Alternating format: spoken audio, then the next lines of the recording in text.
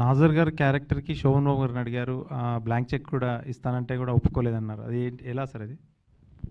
అది శోభన్ బాబు గారు అంతకుముందు మాతో ముగ్గురు మిత్రులు సినిమాలు తీశారు. అది కూడా చాలా పెద్ద హిట్ అయింది ఇది.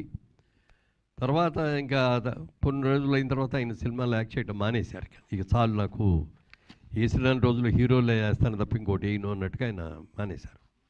ఈ సబ్జెక్టు కథ చెప్పిన తర్వాత నాజర్ గారు వేసిన క్యారెక్టరు శోభన్ బాబు గారు అయితే బాగుంటుంది అని చెప్పి మాకు ఆలోచన వచ్చింది. డైరెక్టర్ గారిని కూడా అడిగితే ఇంకేముండి ఆయన వేస్తే ఇంకా అంతకంటే కావాల్సిందేంటి అన్నారు. సరే నేను డైరెక్ట్గా అడగటానికి మొహమాటపడి మా మేకప్ మ్యాన్ రాముని పిలిచి, రాముని వెళ్ళి అడుగు. అప్పటికి మేము మెడ్రాస్ వచ్చి హైదరాబాద్ వచ్చేసాం. ఆయన ఇంకా అక్కడ మెడ్రాస్లోనే ఉన్నారు. ఓ బ్లాంక్ చెక్ ఇచ్చి పంపించాను. రెమ్యూనరేషన్ ఆయన ఎంత అనుకుంటే అంత రాసుకోమనండి.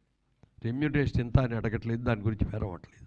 బట్ ఈ క్యారెక్టర్ ఆయన చేస్తే అంటే కొంచెం ఏజ్డ్ క్యారెక్టర్ లాగా ఉన్నా కూడా సినిమాకి చాలా వాల్యూ పెరుగుద్ది, కథకు చాలా ఇంపార్టెన్స్ పెరుగుద్ది, ఆ క్యారెక్టర్కి విపరీతమైన ఇంపార్టెన్స్ వస్తుంది అని చెప్పి అనుకొని పంపిస్తే ఆయన ఫోన్ చేసి, సారీ మురళీమోహన్ గారు ఏమనుకోవద్దు, నేను శోభన్ బాబు అని ఎవరైనా గుర్తు తెచ్చుకోగానే నేను హీరోగా ఉన్నప్పుడు ఎలా అందంగా ఎలా టిప్ టాప్గా డ్రెస్సులు వేసుకొని ఎలా చేశానో అలాగే నన్ను గుర్తుంచుకోవాలి తప్ప ఒక తండ్రిగానో తాతగానో లేకపోతే ఒక రోగిష్టిగానో అట్లాంటి క్యారెక్టర్ నేను చేయదలుచుకోలేదు, ఏమనుకోవద్దు.